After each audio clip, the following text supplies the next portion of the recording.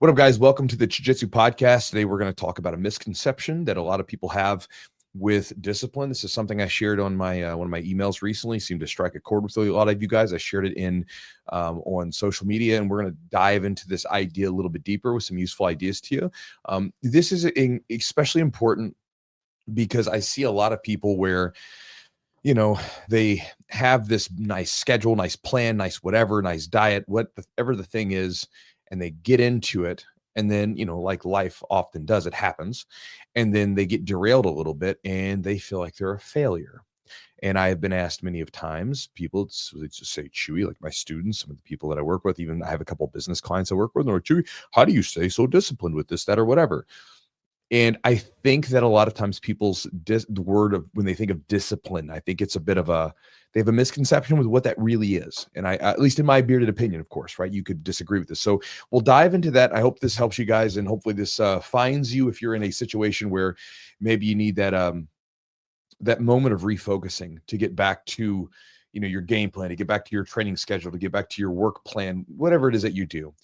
So big thanks to you guys for being here. Also, I will mention a upcoming email campaign. I'm going to be doing obviously our ad reads, because this thing is sponsored by people, right? Which help make this thing happen. Appreciate you guys for being there with them. But when we get done with the ad reads, I'm going to talk about an email campaign that I have coming up this week. If you're listening to this, the week that it comes out, that's going to be October. So this is October 20th, 2025. This week, I'm going to be releasing an email campaign coming up. I'll talk about that last before I get into the podcast. It will be useful to some of you guys that are on the older side of things, like 30 and up. Something a company I've been working with, useful stuff. So anyway, let's get into it. Big thanks to our sponsors for helping make this podcast happen. Big thanks to Athletic for helping make this podcast happen. If you guys have never checked them out, if you're watching the podcast, you can see this little box that comes in. They make the company is Athletic, so it's ATHLETHC, the THC part, right? Meaning that they have some THC in their mints. And with their mints, it's a low dose of THC plus other cannabinoids that is designed to help give you a particular function. Like they have a flow. The product is called like flow. The other one is power. The other one is rebound. And as you might imagine, those particular formulas have been done so that they're there to help get you into a particular state, maybe to help for recovery, maybe to help get you into that more relaxed flow state when you're trying to do something or to help support you with, getting after, with the power one. And so again, I like the mints. They're not crazy. You're not going to eat them and feel like you're high off your rocker and seeing shapes and colors or something. Nothing crazy like that. It's very mild, but you will feel an effect from it. I like them. I don't take them every day, but I like taking them here and there. I especially like taking the flow one when I'm working on when I want to be a little bit more relaxed in my training sessions and I want to just like experiment.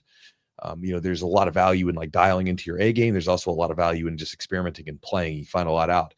So I like them for that. If you guys want to check them out, you can go to their website at ATHLETHC.com, and the promo code is Chewjitsu10 for 10% off the order at checkout on whatever you get. And again, they're cool. It's a cool product. And if you guys want to give it a try, it's a product made by black belts for other jiu-jitsu practitioners. Also, big thanks to our sponsor, Epic Roll. Epic Roll is a jiu-jitsu company made by jiu-jitsu guys for jiu-jitsu people. Now, again, I make that specification because most jiu-jitsu companies are made by other jiu-jitsu people, but sometimes there are some that I will not talk about where, they just sell bargain basement priced stuff, and they're not run by jiu-jitsu people in the community. Epic Roll is ran by jiu-jitsu practitioners that are out there training, competing, rolling just like us, just like the rest of us. And they support a lot of up and coming competitors, and they have really great stuff. I like their stuff. I get my no-gi gear made through them because I love the fit. I love the quality of it. And if you guys want to check them out, go to their website at epicrollbjj.com. And if you get there and if you find something you like, use the promo code Chewjitsu20 for 20% off the order. Also, thanks to our other sponsor, Charlotte's Web. Charlotte's Web is one of the OGs in the CBD space. They've been around for a long time, and they have a ton of different CBD products and other cannabinoid products. And also functional mushroom products. Again, a lot of stuff. They're always releasing new stuff coming up, which we'll talk about more about that later on. But one of my favorite products that they make is a CBN gummy that's formulated to help with sleep. And again, as we get older and just in general, sleep is one of our main tools for recovery. And as many of you guys who are a little bit older understand, sleep is recovery, is one of the first things that kind of goes as you get a little bit older. And anything you can do to improve your sleep, like your sleep hygiene, being mindful of blue screens, certain supplements at nighttime, like a CBN gummy, some magnesium, different types of that kind of stuff, along with a ton of other things, can be really helpful to increase your ability to recover by increasing your ability to sleep. And so if you guys want to check out their stuff, go to their website at charlottesweb.com, look through the website, see if you find anything you like. If you do, go to their website at Chewjitsu, or use the promo code rather at Chewjitsu30 for 30% off the order. And you can save that at checkout. Also, if you guys want to support the podcast directly, you can go to our Patreon website at patreon.com/the Jiu-Jitsu podcast. On the Patreon website, we just released a couple other pieces of content. It gets updated every week. And again, lots of stuff on there. If you guys want to get the perks, just go to the URL. But we uploaded a video of me rolling with some lower, and by lower belts, it was like a purple belt. So again, for me, that's lower, maybe not for you. But in the video, I show how I personally use open mat training, especially when I'm rolling with lower belts. Now, you may be a, decent white belt or blue belt, but you can watch the video and get a good idea as to what you can do to get more from your open rolling. It's really important because, you can go into the gym and train really hard, and it can be, really great hard training, but it can also be very aimless and not nearly as effective for making you improve. And even during the open mats, you can do a lot of different things to adjust the way that you approach it to get better. And so I show a video of that, narrate it, and talk about what I'm doing so you can kind of see it in action. If you want to get that plus more, go to the Patreon at patreon.com/the Jiu-Jitsu podcast. And last but not least, if you guys want to get my daily email where I go into a little bit of everything, kind of like the podcast, but a lot of specific mindset, jiu-jitsu tips, training tips, diet tips, lifting tips, books I'm reading, everything else and more. You can get it at my website, chewjitsu.net/join, JOIN. And when you join, you will get access to my email. I'll also send you an ebook that goes into 12 different strategies on how to get more from your training through being very focused. So again, it's just one of the things. If you want to get better, you have to be focused. It'll show you how to do that during your open mats to get more from it. Also, this week, as I mentioned, I'm going to be going through my results that I've had with the company First Optimal. So I signed up with them back in the early 2025. I originally thought that they were just going to be like another TRT clinic. I was like, oh, it's another TRT clinic, and which I was already on TRT at the time I got signed. I started doing that in 2023. So I was like, okay, so I'm already doing TRT, but the founder, Joe, was like, come on, man, let me show you what we can do. And we had him on the podcast a while ago, and listening to him, I was like, okay, they're actually doing something different. And so I was like, put me on it. Let's go through it. Take me through the full experience. And, I was like, throw the kitchen sink at me. Let me see what you guys got. And the results have been amazing. They were so good. I got my wife on it because my wife's, 40, like early 40s, and she's been struggling with fatigue, weight gain, just no energy, poor sleep, low sex drive, the whole thing. And with some very minimal adjustments to supplementation and medicine, things like that, completely 180. You're like, this is amazing. And awesome. some of this stuff was stuff Jess was asking for from the other doctors. She was going to the PCP, hey, can we just try this? Yeah. And they're like, no, we're not trying that. And then she goes there, and then boom, she instantly, because she's done a lot of digging and listening to a lot of female endocrinologists talk. And so again, my results were amazing. And her results were amazing. And also, I just want to share this before we get into the podcast. I know this is really long. I remember one time years ago, I got an email from a guy who called me a sellout. He's like, because I was promoting something, right? He's like, oh, Chew, you're a sellout. Yeah. And I could, and when the guy said that, I was like, you know what, man, I can smell the Cheeto stained fingers and Mountain Dew just coming through the computer screen. But, I understand why, because a lot of people online, especially influencer types, are complete frauds. Right. But here's the deal. Here's how I look at it. I am, in fact, a big sellout. Right. I am a huge sellout because, for instance, with my jiu-jitsu, one of the reasons why my gym's so successful is because I'm a big sellout. When people come into the gym, I believe in what I teach. I believe in our gym. I believe in the martial art, jiu-jitsu, and what it's done for people. So I sell the hell out of it. And a lot of people have stuck around the gym and have told me, Chewy, it's infectious to be around in this gym. So I want to be here. Yeah. I want to train. I'm a huge sellout for lifting weights. It's it's done so much for me. My body has kept my body together, less injuries, look better with my clothes off. So I sell the hell out of it. And many of the students have said, Chewy, I got into that. I started lifting because, you sold me on it. Same thing with Eli's program. Yep. I remember I'm having great results. I feel like sometimes I'm cheating because while everybody else is starving to cut weight, I'm over here eating big bowls of Rice Krispies or whatever it is I want to eat, right? I'm eating plenty of food. I feel great. Yep. Meanwhile, you're starving. I'm like, this is like cheating. It's like a cheat code. And so my results and then led other people to do it, and they had great results. And so I'm a hell of a sellout, but only for things I believe in. Because, it's one of these things where you guys may not know this, but a lot of you listening to this are my students. And then a lot of you guys that are listening to this, we've developed a relationship in some way for years, even close to a decade. Many of you I've met in person. You've come to my camps. Some of you have been to my home to do the camps and everything else. So that's a very important, to me, that's an important bond of trust. And I follow the golden rule. I don't want to be sold out and hustled by some influencer on the internet and fed a bunch of lies. And I don't want to do that to you guys either. So yeah, when I sell things, I definitely even all the products that we listed earlier in the ad reads, they're all stuff I believe in, stuff I've used. I like it, right? You know what I mean? Your results could vary, your mileage could vary, but my results with First Optimal have been really cool. And so I'm excited to share it with you. And with that, if you guys want to get the email campaign that I'm sending out, where I'm going through all the different tests and stuff that they did, and even talking a little bit about blood work, you can check it out on my emails. I'll probably have some sort of podcast or video about it at some point. But if you guys want to check it out, join up on my email at jujitsu.net/join. So with that said, all that talk and ads and me just rambling about stuff, let's get into an idea with you guys about disciplines.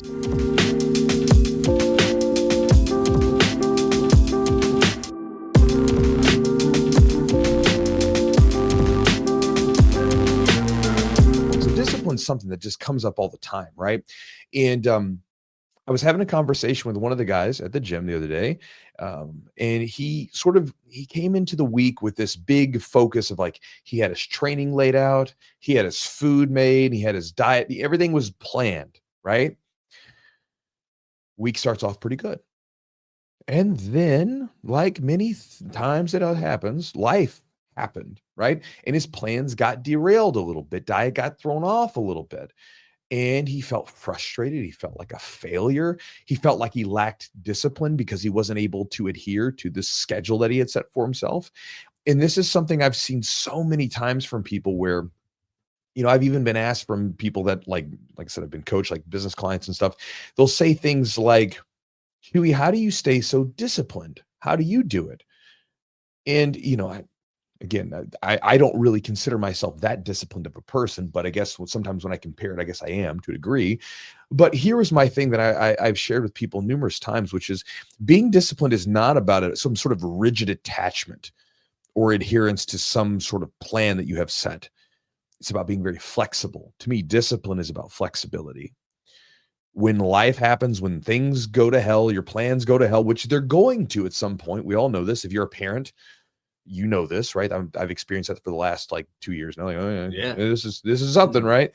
You just got to find a way to make it happen, right? And you just got to do this sometimes. You got to find a way to make it happen. So, for instance, as an example, and I don't share this because it's some sort of Herculean thing that I did, but it's just as an example that many of you guys could relate with. This weekend, my son had some sort of infection going on down on his bottom, and so it progressively got worse the week. Friday, we had to take him into the ER. So we're sitting around an ER. ER is not really a fast thing, right?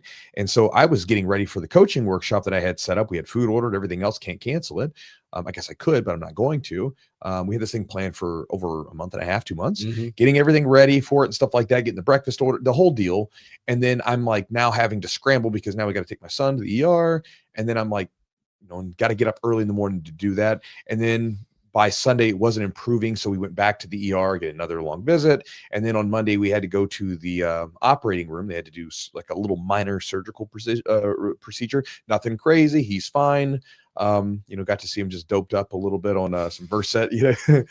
He's so cute. He's sitting there just he reminds like a little stoner. You think, just wobbling around. But with all that, that's, that may not seem like a big deal to you, but that's basically almost 3 days of time that normally I depend on to have some work done or some training done or whatever. And so all of a sudden now I'm behind a little bit.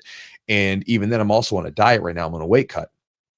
And so I'm in the hospital trying to crunch macros and stuff and, take some snacks with me and different things like that. And I had to figure out a way to get certain things done, like or getting up early in the morning to lift or crunching the macros or doing whatever it is that I needed to do. And even like sometimes with the family stuff, sometimes I've got to go in to work early, which means I've got to get family time in a different time than I normally do, whatever it is. But regardless, there's certain things that I want to get done. And I don't think I don't think it's about the adherence to the plan, but so much as an adherence to actually getting it done.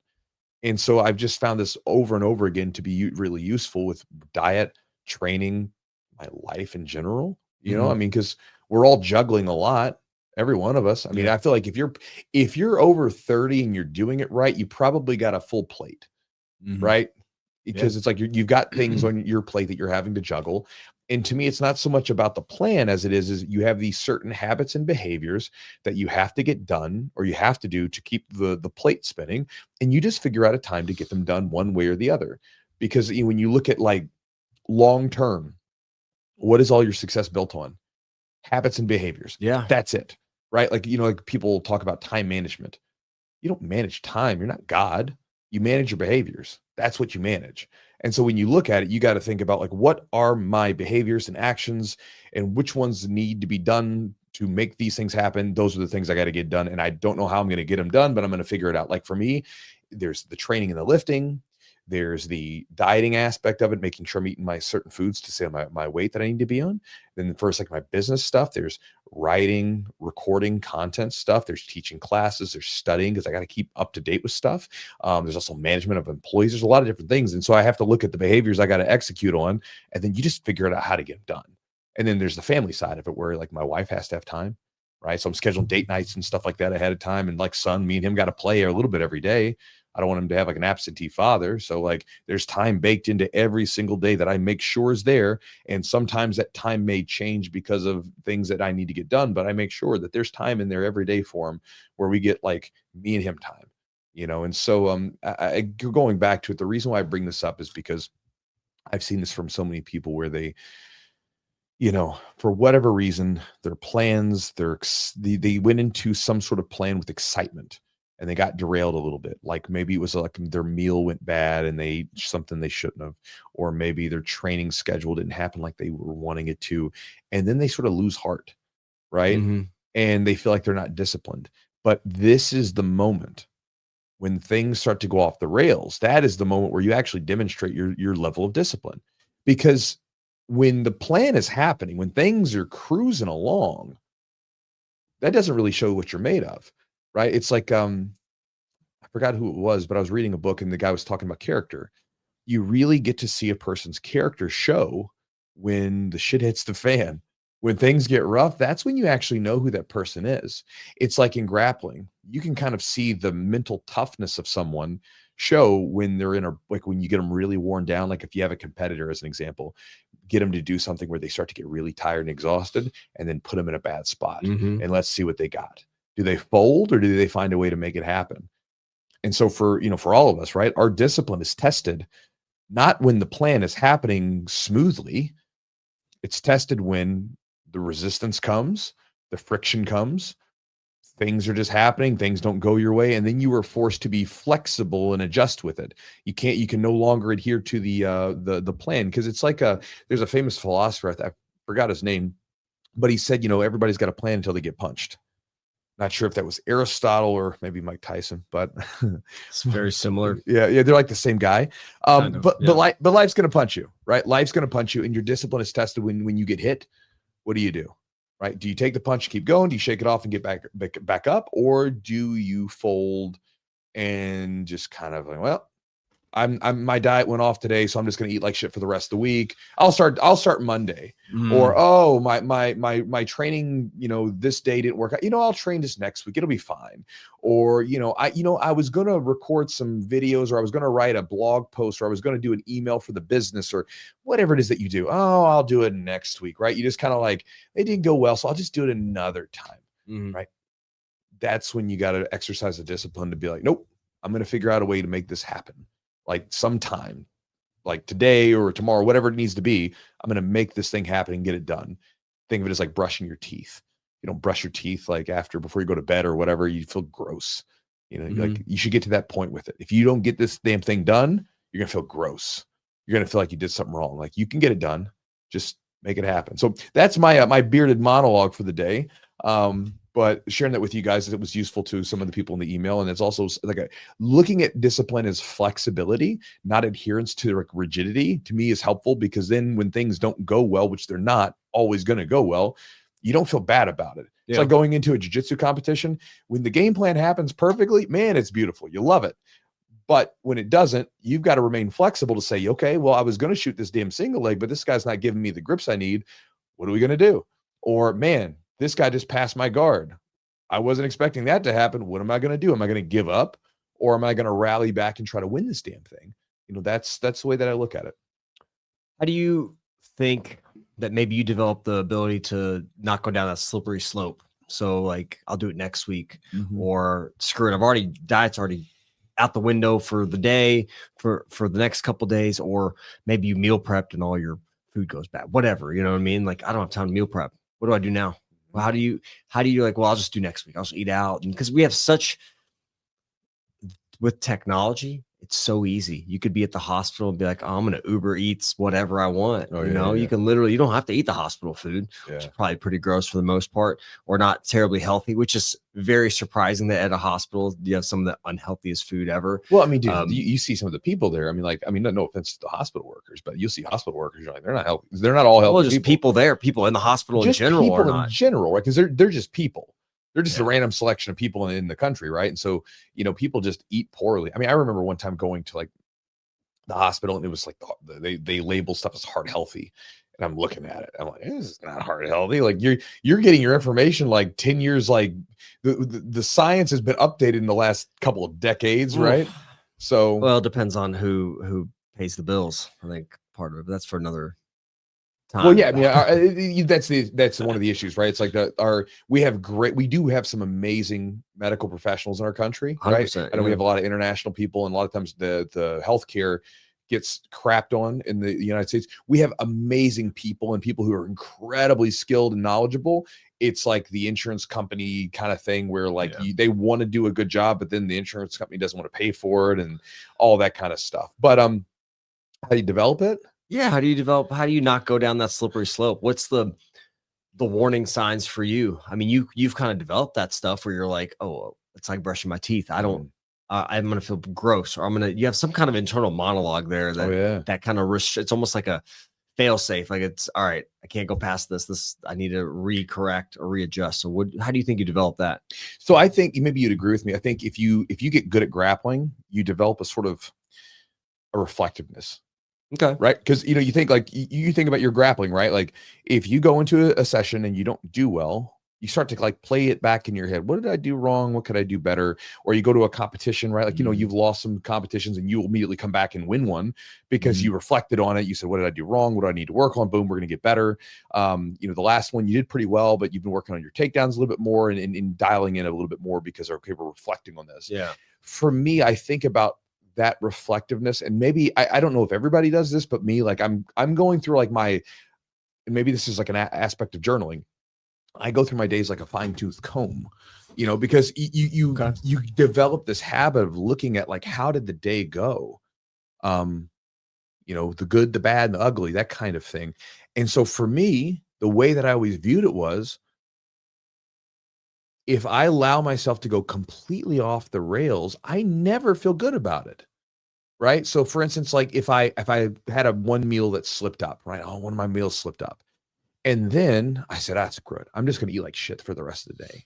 I never feel good about that. Right. Because I know I'm not becoming the person that I want to become. Right. Because there's an ideal that I'm shooting for, and I'm not becoming that. It's like if you ever get short with your kid, your son, right? Like there's been times with like Luca where, he's doing his stuff, and I lose my ability to regulate myself. Yeah. And I get short with him. And then I'm like, man, I don't like that person. I don't like what I just did. Doesn't mean I can't hold boundaries with him, but I don't like when I don't do it in a manner where I'm in control.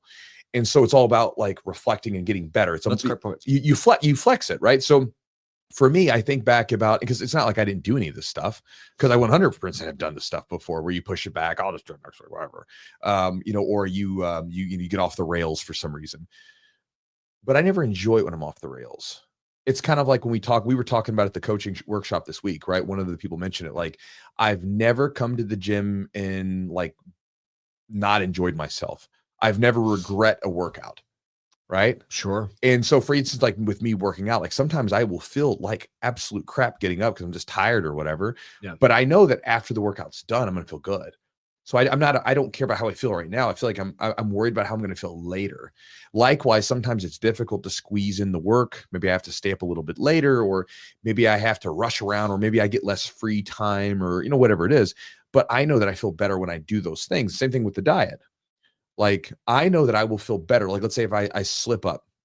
So like when we were at the doctor's, I didn't plan accordingly with my food. And so I ate a couple of these. They're not bad, but some different protein bars. They were like they're these True bars. And I ate like a couple of them. They're pretty good. Like there's one that tastes like an Almond Joy. It's pretty good. And again, good ingredients, but macros wise, like I ate enough of them that it was kind of a little skewed. So I was just like, I could have just said, well, screw it, I'll just eat whatever I want to eat today. But I was like, no, we're good. We're good. We're going to like skip this next meal. And then I'm going to just get back onto it when I get home. No big deal. I'll be a little hungry for a bit.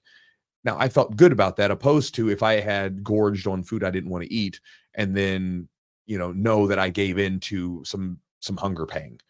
That would have made me feel like crap, or I gave into mouth pleasure. But I said, no, I'm going to work around. And so I think it's just about being reflective and flexing that muscle of catching yourself. I can't think of anything else that's like that. It's like you reflect on what you did and then say, okay, I don't like this, that, or whatever that I did. Okay, let's try not to do that again. So then when you're faced with the same obstacle, which is going to happen, you look back and say, well, I didn't like that. So let's not do that again. And then also reflecting on, well, how do you feel after doing the things that you set out to do?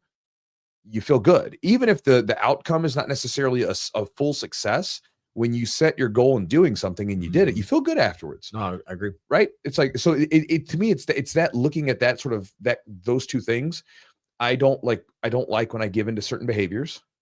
And I like when I execute on certain behaviors, even if the doesn't have an optimal outcome, it's still something, and I'm proud that I did. So I think it's like kind of weighing it out like that, and then constantly trying to keep that that sort of idea in mind, if that makes sense. It does. The reflection part of it actually is a great point that I didn't think about, like reflecting on your day. How did I feel? Which you kind of, I do that in passing, but sometimes when you're more deliberate about it and you actually sit down and you like journal, like, all right, how'd today go?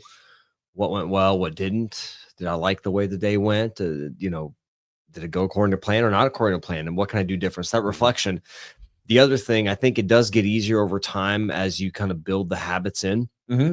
Habits, like, habit stacking. I forget what book that's from. But probably not power, but not power. You're thinking of Atomic Habits. Atomic Habits. Yeah. So power. So like habit stacking, little habits together consistently, kind of build towards towards that thing you want.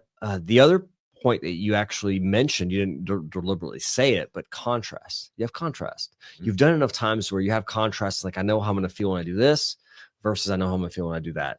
If I eat like shit, which I've done, I had like I'm going to have like my meal off plan, but then I kind of make a meal off plan, like a couple meals off plan. And then it's like, shit, man. And then I know the next day I feel gross. Like, I feel like I'm not doing that again. I feel sluggish. I feel tired.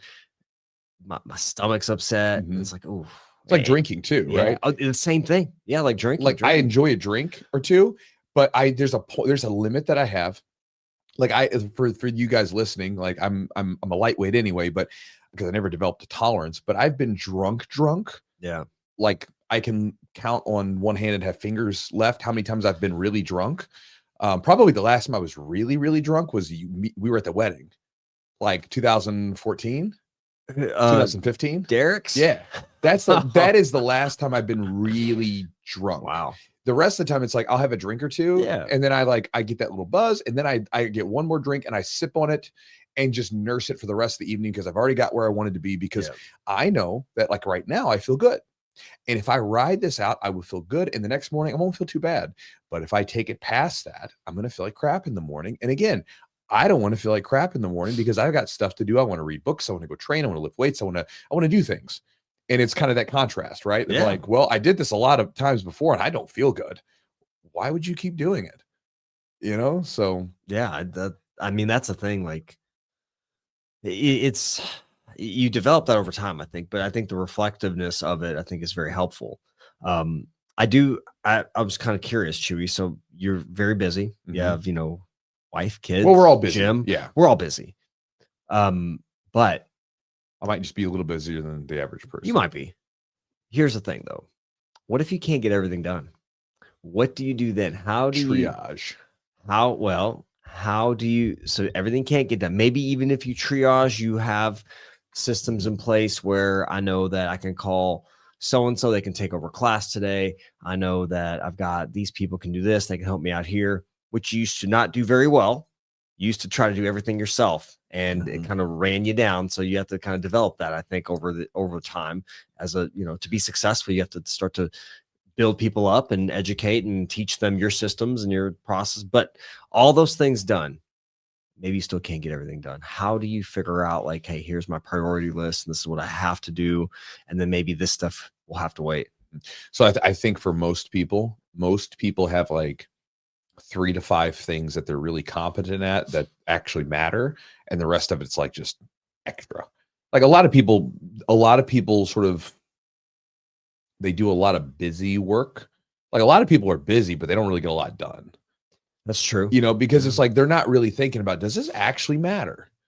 Does this move the needle forward in any real aspect, right? So you have people that do certain things that really aren't all that important for them in what they do, whether it be their business, family, whatever.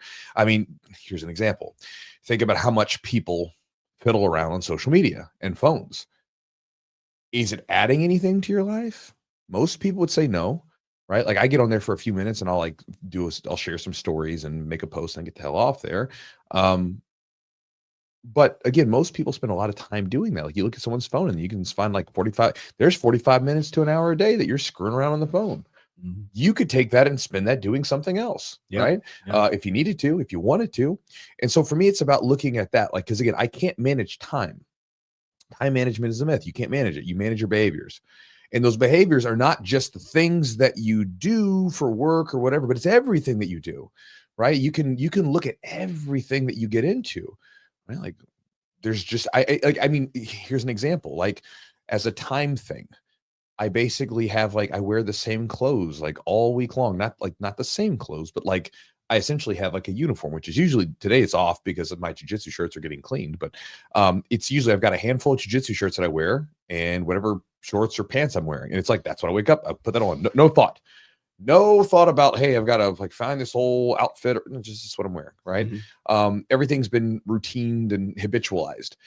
So this way I'm on track. But again, if I can't get everything done, then I look at what are the most important things that I need to get done? What are the time sensitive things that need to be done? And then you make those happen, right? Like a priority list in some ways. You got a priority list, right? It's like, so for instance, yesterday, or was it Monday, we had to take Luca to the operating room. So, got up at 5, we were there at 6:30, we got home at noon, right? And so, I mean, that kind of ate up a huge chunk of the day. I got to go back to the gym at 6, and I wanted to make dinner or make lunch and stuff for me, Jess, and Luca to kind of hang out for a little bit when we got home. So I didn't really get to really working in any sense until about 1:30ish. And, my training was off too, whatever. So then I'm like, all right, well, I'm not going to get all my work done. So I'm like, what is most important for me? I laid it out. All right, we're going to do these things. Let's get to it. And let's crunch time. We got this time. Let's get after it. We're not going to get everything that we want done. We'll do it later on this week. So it's just about triage and what's really, what's important to you in your value system, right? Because it's like, you see it all the time. Someone will say, oh man, family is the most important thing to me. Nothing's more important than family. But then they're sitting there hanging out with their family and they're scrolling online. You're like, is it really? Doesn't look like it. Like you have this time that you have with your family, this time that you get one time in your life with this kid, this wife, this whatever, and you're scrolling on the phone. That you can do that later on when you're on the pooper. But like this time, this kid, you get this one time, right? You're just a dopamine addict to the phone. No offense to anybody, but just is what it is. And so, I think it's just it's that, right? You just figure out what's important to you, what you value, and then you make sure those are behaviors. And this is about being reflective. You have to go through with a fine-tooth comb through your life and your days, and like, what are you doing? What could you change? What could you alter? What could you remove? And for a lot of people, there's a lot of stuff that they do that's not serving them, and they don't really give it much thought. There's even times like this is like I'm a people, they make fun of me. Like I told someone I'll send them a text message or send me a text message if they need something. They're like, all right, Chew, I'll send it to you and I'll hear from you in 3 days. And he's kind of right. I usually say 24 to 48 hours, but it's like, it's not to be a butthole. It's just like, there's a lot of stuff going on. If I sat around and like, answer text all days, I wouldn't be doing anything but answering texts. And so now it's a little different where people like, they will just try to talk to me, or if they do send me a text, they send it all in one lump sum so I can get back to them, opposed to like, how's it going? Or like one thing at a time, because people like, it's like, if we want to talk, let's talk. We can get on the phone, talk, we can meet in person and talk. But I don't want to like talk through like this texting medium. Right. But like, I didn't do that because I was trying to be a jerk, but I'm trying to make sure that like my time doesn't get sucked away into text messaging, when it's like, that's valuable time. So I do text messages at designated times in the day. I get back to people. I treat like an answering machine. Yeah. And if it's an emergency, you're either going to know Jess, or you're going to know our front desk manager, or one of our employees at the gym. If you have an emergency, you don't know any of those people, it's not an emergency that I can help you with. So I don't really care. I'll get back to you. And so, again, you go through your life with this fine-tooth comb to try to like be dialed into what you're doing. And again, I think that's important. It's something I think people don't necessarily give much thought to. I have to, and I'm sure you have to too, to some degree, because you're busy. You got businesses you're doing, like you have a lot on your plate, and you're trying to take care of a family, and you're trying to take care of yourself, and do the different things. So you don't get a lot of like, even down to like if I want to play with like I'll play video games sometimes. Yeah. It's scheduled, and it's scheduled, or I give myself a lot of time. It's not like play till I'm done. It's like, oh no, you got an hour here. That's how long you get to play. And when the hour's up, boom, done. That's what you get, because that's what we can afford. And that's what our value system says. Hey, this week, this is what we can give you. It came up to me. I was thinking as we were doing it, this is another little trick. And some of this stuff is like business related. Maybe this will be useful to some of you guys. But it has an element to life too. And that is, you can sort of train your subconscious to support you. Right. So think about this. Dogs, cats, horses, unless there's some new science out, I don't believe that they can tell, like they can read a clock. Right. But they know when it's feeding time. Like if I'm out there, like with Smiley, when he was out there in the barn, like if it was around his feeding time, you'd hear, he'd be out there like making some noise, like, hey, come feed me. Mm-hmm. If it's, like we feed the cat at 7:30 rolls around, like it's time to feed me. Like they can't read a clock, but they know on some deep level what the time is. Right. Yeah. And likewise, when you start to do and if you, again, you can't always stick to the plan, but when you start to create an environment that supports you, and you start to, at least most of the time, do certain tasks at the same time over and over again, your body just does what it's supposed to do without having to put so much effort into it. So for instance, with my writing, like I know I've talked to like people who have writer's block, I never have writer's block. I've trained myself to sit down at the same time, at the same place every day, and just do it. And as soon as I sit down, I'm just doing. Same thing with videos. When I do my videos, same thing.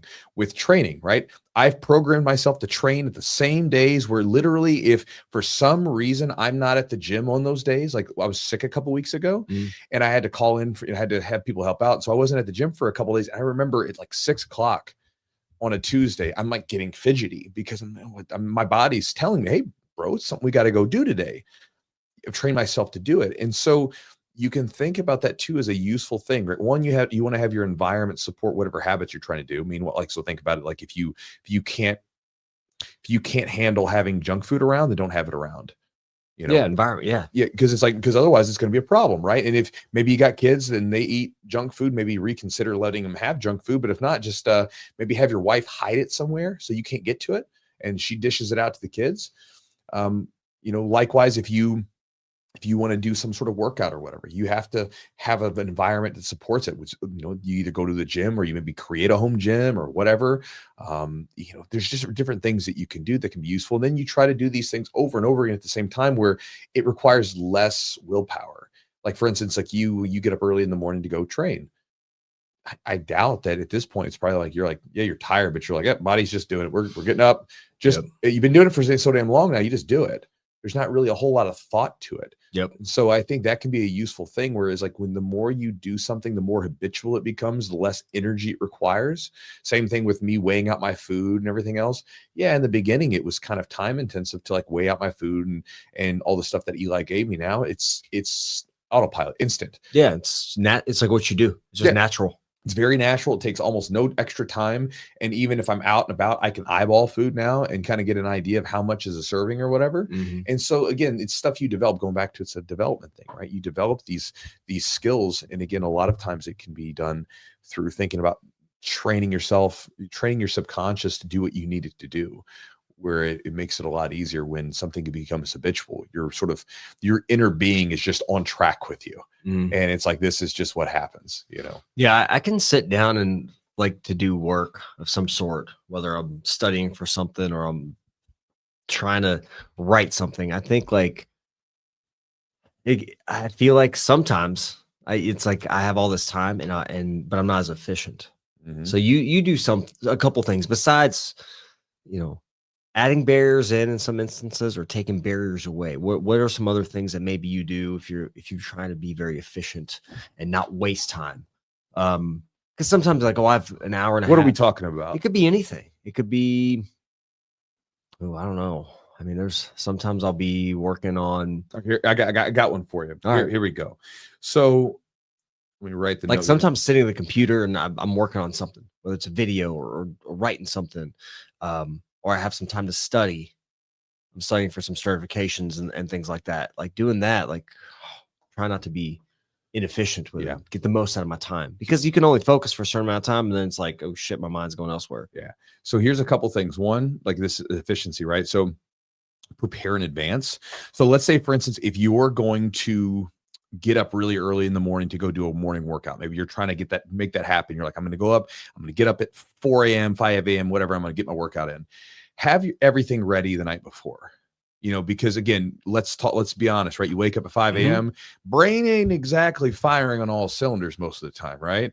You're a little foggy. And then if you're going to have to go rummage through your clothes, get everything together, that's the wrong time to do it. Better to plan ahead the night before, get all your stuff together so that you can be everything's ready to go. You get up, do whatever you got to do, out the door to get your workout in or whatever it is that you're going to do. Prepare ahead of time makes it a lot easier.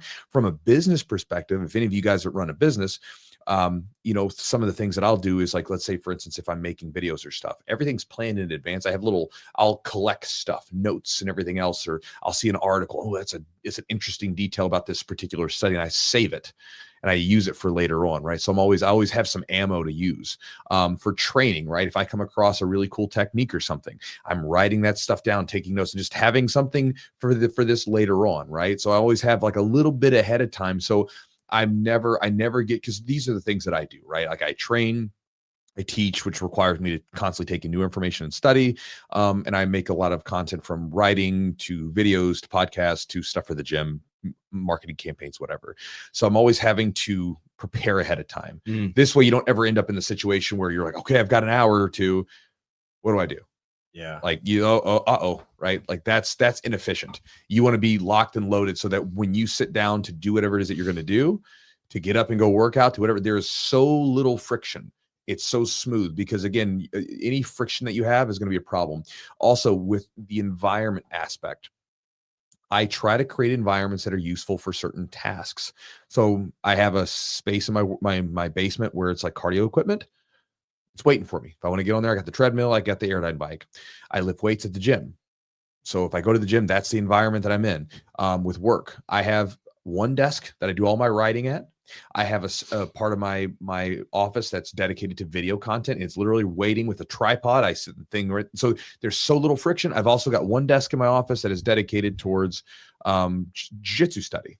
All my notes are laid out there. It sits there. It's just waiting for me to sit down and just start watching tape, watching instructionals, watching whatever it is I want to watch to take notes and get ready. So I create these in places where, like, as soon as I sit down to do this here, boom, I'm in that mindset. I'm in that mode. Not everybody has as much space, whatever. But again, just giving you some ideas. Maybe you can use those. Another thing that I do is I work with timers. So a lot of times there's that idea that, work grows to fit the time that you allot. So when I'm sitting down to write, when I'm sitting down to do a video, where I'm sitting down to study, whatever, I have a timer going right there. So I can see it. So I'm running against the clock, and that puts sort of a self-imposed pressure on me. So this way I'm like, I'm looking at it like, okay, I've got X amount of time to get this thing done. Let's go. And if it's a longer study session, then I'll once the timer goes off, I can take a quick break, come back and do it. So I might do like an hour session, take about 5 minutes, cool my brain down a little bit, whatever, come back, do it again. And those can be useful ways, like the preparation, having like specific environments, and then also like working against timers can be helpful for me personally. That's some of the stuff that I've done. Yeah. So you talked about getting up and doing those 6 a.m. classes. So I have to plan in advance. I don't want to get up at like 4 o'clock in the morning and pack all my stuff, because I'm not gonna be able to go. I gotta go to the office afterwards. I can't come back home. It's a huge drive for me. Well, not huge, but it's a pretty long drive. It'd be a lot of wasted time. So the night before, I cook my breakfast. I get everything ready. I pack all my stuff. It's like by the door. So as soon as I get up, I get it all together. I get my coffee, whatever, and I go and I get everything in there. I go. So I don't have to get up as early. It's not as tedious, because I think taking away some of those barriers, which does take a little bit of, we talked about the discipline, consistency of doing that. Like, man, I don't feel like preparing for the night before. I'll just do it the morning of, but sometimes I'll get you in trouble. Bad idea. It's a bad idea. You'll learn that, because then you get up earlier and you're more tired. You're scrambling. It's kind of brain's stressful. Not working. You get out the door and you forgot stuff. Yep. Just forgot stuff. Like that's, for me, that's the big one, because it's, you get out the door and you forgot things. You're, man, I should have just had it ready the night before. And so like and again, that's the reflective side. You do it. We've all tried it. You get up early, you try whatever, you throw it together, and you realize that it's a disaster, and you reflect and go, okay, I don't want to do this. I don't want to prepare for the night ahead. But then you remember, what happened when you didn't do it last time, asshole? Everything fell apart, right? Yep. You forgot your food, you forgot your pants. You had to go all day without underwear because you forgot those. And so whatever happened, right? I forgot my shoes before. That was fun. So I have flip-flops. But real professional, which is fun. The other thing we've talked about before numerous times, and you need accountability. For discipline, accountability is very important, very helpful.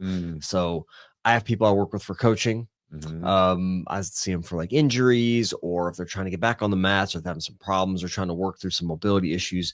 I use, we check in all the time. I can see what they've done, what they haven't done. Same thing with Eli, right? I work with Eli because it's not necessarily that I don't know what to do. I've worked with him enough times that I kind of have an idea, but like I want him there to like say, hey, good job, or let's work on this. Let's change this. Or hey, man. Yeah. Get your shit together too. But also it's like the accountability, but also I take stuff off my plate. I don't have to think about it. What am I going to eat today? How much am I going to eat? Like this stuff's automatic. Like getting dressed in the morning, you've got your kind of your outfit or what you're going to be wearing. You already know that. So I know I got to eat this every day. I don't have to plan about what I'm going to freaking eat. I already know I'm going to eat. It's nice. And I also know, all right, Eli's going to tell me, am I on the right track, or I don't want to screw around because I got to send my check-ins in. Same thing for my clients. Like I try to check in with them. I'm like, hey, we're checking in weekly. I want you to let me know. And I can see what they're doing, what they're not doing. And they're almost like, oh shit, Eugene can kind of tell if I'm, and they'll text me through the app. Like I'll use a coaching app, and they'll text me like, hey, I gotta get this stuff done tomorrow because this happened or whatever. but they feel like a lot of people are with me. They know what to do. Mhm. And they just like the accountability piece. They like checking shit off the list, right? Well, and like you said, it takes, like, for a lot of people, since we are all busy, it's nice to have something to take it off your plate, right? You know, I mean, for me, like, I like the idea of eating the same foods all the time. You can change it up with spices and flavors and things like that and sauces, but it's nice to, like, just not have to think about it. It's one, like, you just, I eat the same thing, and then, you know, you can have an off-plan meal every week and figure out something fun you want to Absolutely. eat. And then likewise, like you said, the accountability, because, you know, if you're busy and you're in charge of a lot of stuff, people, whatever, it's nice to have someone to sort of hold it over you. Like, hey, why aren't you getting done what you said you were going to get done? You know, it's a nice thing to have. It is. It's a useful tool. It is. And it's helpful. And it's kept me more on track, kept me more quote unquote disciplined. Even if I didn't want to be, it's still it's nice, especially if I'm prepping for a tournament. I'm not going to prep anymore without Eli. Like he's helping me out when I'm getting ready for a tournament, because I know if I need my weight this way, or if I need to, make sure I get my cardio in or whatever, get my workouts in, I don't want to be screwing off. And so I think it's important. And then, like, the other thing with discipline, just kind of thought of, is just having a goal in mind, right? Like, if you're competing, like, that's going to keep you more on track. So maybe have things you're working towards that's going to keep you more, even though it's not always going to be perfect, but having something to work towards is very helpful in Sure. accomplishing those things. Yeah, if you have something, if you have some sort of thing that you're chasing, it's a lot easier to be dialed in, because, you know, a lot of us have the little voices that talk inside of our head, Yeah. right? The angel and the devil that sit on your shoulder, like the old cartoon. Yep. You know, you're faced with a decision, some sort of impasse, and one side on your shoulder saying, no, go do the thing that you truly don't want to do, that's not going to lead you to become a better person or the person you want to be. Because really, that's what, not better, but the person you want to become, right? And then the other one's telling you to, hey, do the more difficult thing that's going to require more self-control, but it will help you become the person you want to become, right? Those two things happen. And if you have something on the line where you're like, well, I've got a competition coming up, I don't want to miss weight, I don't want to go up to the heavier weight class, I don't want to be forced to cut weight really late in the Yeah, it's tough. I'll stay on it. Or, you know, with the I don't know about you guys, for me, like, there's doing work, sometimes there's times where I want to just be a little bit lazier, and I'll have the voice come and say, hey, why don't you just screw off a little bit today? Excellent winner. And, you know, I have, like, pictures in my office of, like, Luca and Jess and things like that. I'm like, and I play these games, by the way, all the time in my head. Like, if I'm, like, training, I'll look up at the timer. I did this morning, and I'll say, all right, there's 45 seconds left. I have to score a takedown, because if I don't, or I got to score another point, but if I don't get another point, I lose the match. I gotta go, right? I was rolling real hard with, like, Johnstone last night, Rob Johnstone, and, like, he's shutting down some of my takedowns, and I'm like, all right, I got a minute left. I gotta fight it. I gotta get it. And you know, I play these games all the time, and so I look at it, I'm like, well, you know, you can't. In my head, I'm like, you can't work a little harder for them. Like, what happens if if everything fell apart and you couldn't provide for them anymore because you didn't want to work? Are you okay with that? Like, that kind of, and I'm like, oh, nope, back to it. You know, like, let's get back to it. Let's not become that way. Right. And so, I'm pretty good about keeping myself on the ball, but having those things, real or perceived, by the way, things that mean something to you, that are goals to you, whatever, it's helpful. And for me, it's like, there's a certain person, like Lisa, for me, I have a goal of a person that I'm trying to become. And I have a vision of what that looks like, a person, the actions a person takes, the life they live, what they do for their family, whatever, I'm never going to be that person, but I'm trying to become that person. Right. It's like a pursuit that I'll never get, but I'm trying. And it's like, well, would that person do that? Would the person I want to be, would they give into some of this stuff? No, well, then I can't do that behavior. You know, and again, I fail at this because I'm a human, right? But I try.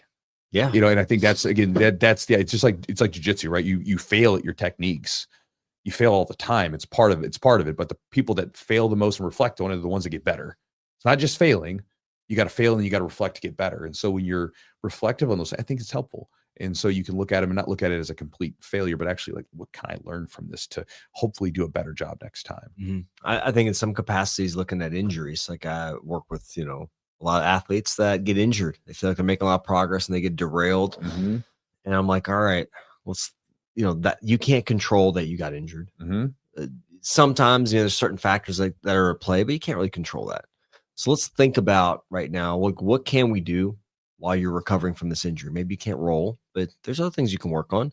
Maybe you've had this hip issue, you're here for something else, but maybe you had this other issue that's been kind of nagging, it hasn't been quite right. Well, now you're getting some time to focus on healing that up as well. Let's figure out what problem areas you have. Let's get those better. You can do other things. You can game plan. You can watch. You can kind of really figure out, techniques that maybe you want to work on. Maybe set some goals for yourself. Get yourself feeling better. Work on strength conditioning, right? Maybe you can't be directly on the mats, but there's other things you can do.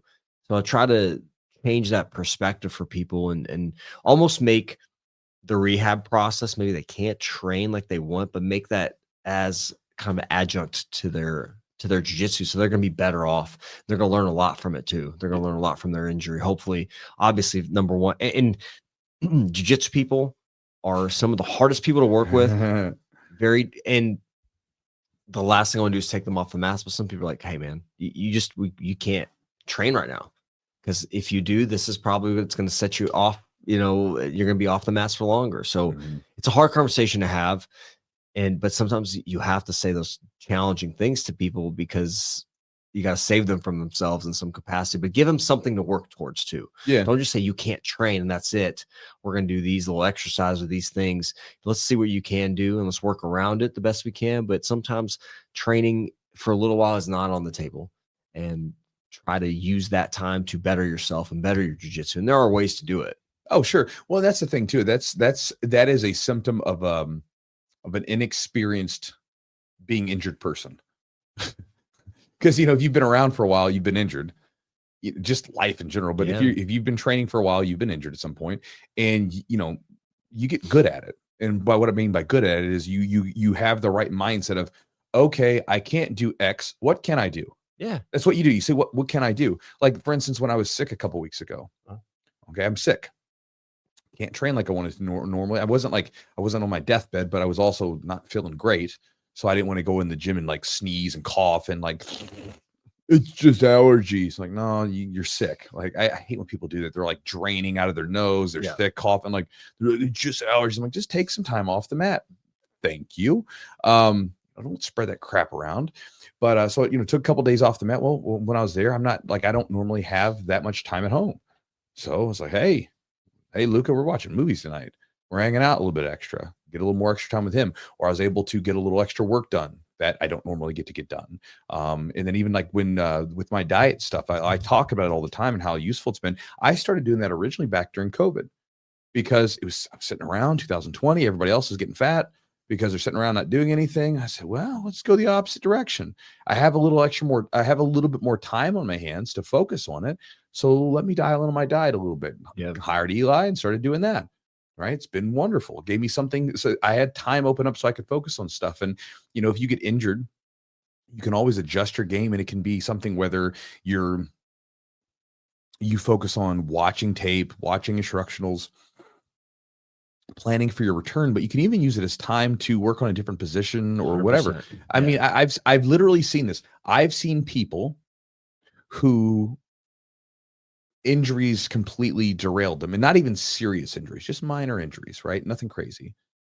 I can understand if you have your neck's completely jacked up and you have to have cervical surgery type stuff, but just like little injuries. Then I've also seen people have injuries and somehow their game gets even better. Yes. You're like, how do people, and you see this so much just in life in general, right? You see two people faced with the same conditions, the same sort of unpleasant conditions, right? You see it in all aspects of life. And for some reason, one person goes the direction that leads them to bad decisions and just utter failure or whatever. And then the other person, somehow it propels them. Right. I don't know how that works. Right. Because I mean, you see it everywhere, not just jiu-jitsu, just in life. People are subjected to the same stuff. One person, it crushes, the other person, it empowers. And I think to me, that's more of like a mindset thing. How do you perceive this thing? How do you deal with it? What kind of mindset do you take towards it? And again, like this is where your character and your discipline, so to speak, is tested. Okay, you can't do this. Do you have the discipline to take that punch that life gave you and say, well, what can I do? What do I have available to me? And I can do that instead, opposed to, oh, I can't do this. I'm just going to eat like, I can't train jiu-jitsu now for a couple weeks. I'm just going to eat like crap. I'm not going to train. I'm not going to do anything. I'm just going to sit on TV. I'm going to sulk and watch social media stuff and moan and groan about how I can't train. Or, well, I can do all these other things and that'll support me when I come back to it. Just ideas to chew on. Yeah, I think not taking that victim mindset, right? Well, like, oh shit, I'm a victim of this injury or this thing. I have no control. It's right. The victim mindset is right. I hate using that word sometimes, victim, because sometimes in the political space it gets used too much. It's the right term, right? Yeah. But it's that because maybe there's a different word, but yeah, it's that sort of oh no, this thing has happened to me, and oh, what am I gonna do? Like, yeah, like well, this happens to all kinds of people. You're not the only one. Well, there's a quote like of what 90% of life is not what happens to you, but how you respond to it. I've never heard that, but that's some kind of quote. But that sounds some right. Quote. It's basically kind of how you respond to it. Yeah, it's like shit happens to everybody, but how do you deal with what happens to you with the setbacks, and how do you respond to it? Yeah. All right, guys. So hopefully you enjoyed the podcast. Hopefully you got something from it. Again, for any of you guys that are listening to this on the week of the podcast release, that's October the 20th, and from the 20th to the 25th, I'll be doing an email set of messages on my Chew Crew subscribers, which is going to go through some of my results with First Optimal. They're a company that gets into basically optimization. They do everything from traditional TRT stuff to TRT alternatives in case you don't want to use testosterone. They also have a lot of other treatments and medications and vitamins and supplements and blood work panels and everything else that a lot of people don't use. I didn't until I started working with them, and they were amazing. I got my wife on with them because which I've talked to a lot of women who seem to experience this stuff where they get around in their 40s and all of a sudden their energy levels drop, they're gaining weight more, they're losing a step, sex drive drops, all these different things. And they just, my wife was getting frustrated and she'd go to the doctor and they're just like, you're fine, blood work's fine, drink some more water. Yeah, that's the funniest thing. Doctor said, the doctor told my wife, drink more water. We found a new doctor, obviously. You fire that doctor. But even then it's like they're looking at your panels and they're saying, well, your blood work looks all right. You're fine. But obviously she's like, I feel like my body's broken. I don't know what the hell is going on with me. And then we start working with First Optimal and like with me as well, because there was a point where I literally had it was like, I call it the 5 p.m. slump. Every day, 5 p.m., I'm exhausted. I feel like I'm just running into a wall. And it felt like that for a long time. And they made some adjustments. They gave me some different supplements. It wasn't the TRT. The TRT was great for recovery and for strength and everything else. I use that since 2023. I'll talk about my blood work and stuff too, if you guys are curious.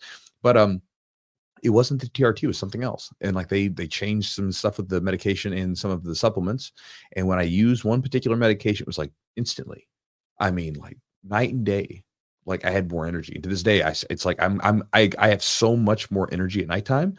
It's amazing, unbelievable. Awesome. And it's something where I had talked to my doctors about it and they sort of just brushed it off. Yeah, their blood levels, they're in this little marker here and it's not out of it. So you're okay. And so they do amazing work. And so, I'm going to talk about them in my emails. If you guys, I'm sure you'll hear more about them in the future because I really have been pleased with the results.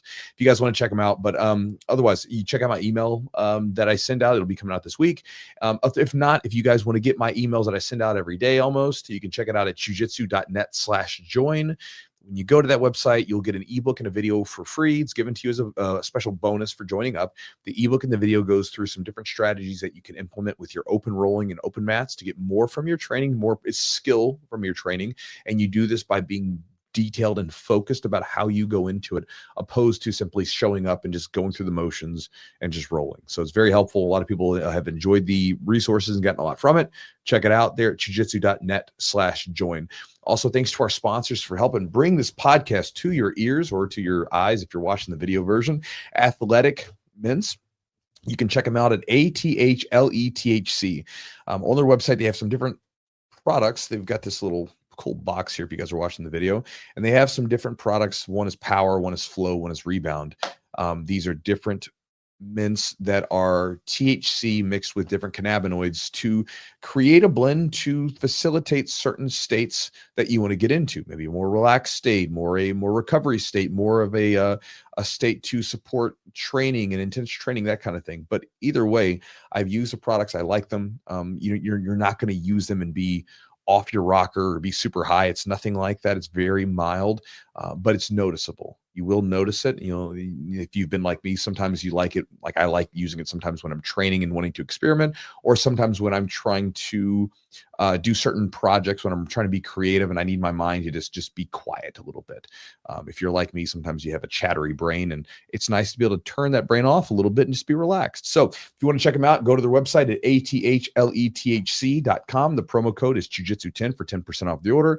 You get it a little bit cheaper. It supports the podcast. It's a win-win. Also, thanks to our buddies over at rollbjj.com. Epic Roll is one of my favorite companies I've worked with for a long time. I get my Giza, or not my Giza, my rash guards and my shorts made through them. I love the fit. I love the quality of them. Matt and all the guys over there do a great job with them. They've got a ton of cool products on their website. And so again, if you're wanting to get some new gear to train in, go to their website at epicrollbjj.com. And if you find something you like, use the promo code Chewjitsu20 for 20% off the order. Also, thanks to our longtime sponsor, Charlotte's Web. They are one of the OGs in the CBD space. They make a ton of different products, everything from the traditional CBD products in all sorts of varieties, from the tinctures to the gummies and so forth. They also have some other cannabinoids like CBN, which has been, seen as really useful for helping support sleep. And they also have other things such as functional mushroom products, which use things like lion's mane and reishi to, again, help support different functions that you're trying to get into. Useful supplements. Again, I'm a fan of the CBN supplement they have for sleep. I've always been a fan of CBD since I've used it. I originally started using CBD sort of as a accidental thing. I thought it was junk. And then I remember someone gave me a supplement, and I noticed some positive effects from it. And then I was like, okay, well, let me actually go do this, because I was very skeptical of it at first. And then I was impressed by the effects afterwards. If you guys want to check out any of their stuff and save some money doing it, you can go to their website at charlottesweb.com. And the promo code is Chewjitsu30 for 30% off the order on whatever you buy. And if you'd like to support the podcast directly, you can roll on over to the website, patreon.com/the Jiu-Jitsu podcast. And when you sign up there, or when you go there, first off, you can look at all the perks that are offered, all the additional content. And when you go in there, when you become a member, you'll have access to those perks, including the ability to get a hold of Eugene and I in a little bit more expedited fashion, because Eugene will get the message and he will then bring it to me directly. And then you also have access to a bunch of content. I just say that because it's like, sometimes people are like, how do I get a hold of this guy? Well, that's one way you can do it if you'd like. Yep. And then you can also get access to all the content we've been updating for the last almost decade at this point. We're the better part of the decade, which is crazy. Long time. What, 7 years now? 2018? I don't know. 7 years. Long time. 7 years. 7 years is when we started. So started on grandma's table. I actually started on a massage table. Oh man. Here, well, let's end real quick on this. So you guys, this is the bonus Easter egg, right? So a lot of you guys, like, patreon.com/the Jiu-Jitsu podcast. If you want to support us, go there. Most of you guys aren't going because you're freebie seekers, but that's cool. Anyway, what did I just say? Anyway, let's talk about this one real quick. This is a fun one. So this is maybe just an idea to chew on before we leave. A lot of people put off doing X, Y, or Z. For some people, it's training. For some people, it's business. For some people, it's something with their life. Who knows? Everybody does it, yours bearded included. We all do it somewhere in our life, right? Because again, just because this person's really good in this space, they have somewhere in their life where they're messing up or they need to improve. Everyone does. I don't care who it is. Take the most cool, seemingly person that seems like they've got everything together. Somewhere in their life, they're procrastinating. They're not doing what they got to do, right? So here it is. With the podcast, that was something that we started. And when we started it, eventually it was like, for me, I'm very much like, let's just get into it. And we started on a massage table. So Eugene at the time had this little rented space where he was at for doing some one-on-one clients. Yeah. And he had this table where he could make adjustments and do tests on people and things like that. And so we started our first podcast. Literally, we were like, let's just do this thing. We put up a mic right in the center of a massage table. And we just, right then and there, we recorded the first podcast. All right. Let me add one thing. Okay. We decided that we would do the episode live on YouTube. Yep. With terrible reception. Mm-hmm. It was a hot mess. Oh, it was a mess. Yeah. It was awful. Anyway. And then like, and so then we eventually moved into a different place. And then we had this old one of Eugene's grandma's table, which someone actually called a comment. Someone's like, grandma's table. You're like, it is grandma's table. It is. You know, and then eventually we sort of worked to the nice room we have now. And, you know, the podcast has done pretty well for itself. Here's something to chew on, right? Whenever I talk to someone, there's always like this. Some of you guys may be listening are like this. It's like they finally do something. And the thing that they always say, man, I wish I would have done that sooner. I like start training jiu-jitsu. Oh, I wish I would have started training sooner. All the time. I started dieting. Oh, I wish I would have started sooner. Yeah. Started lifting weights. Oh, I wish I would have started doing that sooner. You know, you know, me with my wife, I got married. I was like, man, I wish I would have done that sooner. Like, it's been great. It's like, I mean, you know, granted, she's a good woman. But I'm like, man, why did I wait so damn long to do it? You know, it's like, or even being a father.